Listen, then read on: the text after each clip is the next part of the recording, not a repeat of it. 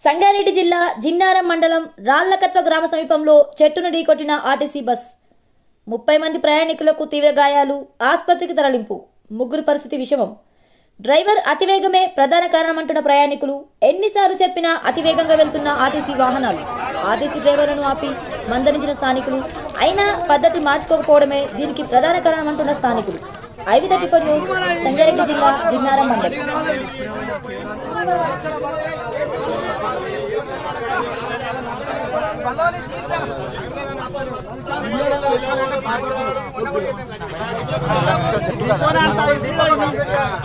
ఏం రాలేదు ఇంకా న్యాయం సెట్ అవడం లేకపోతే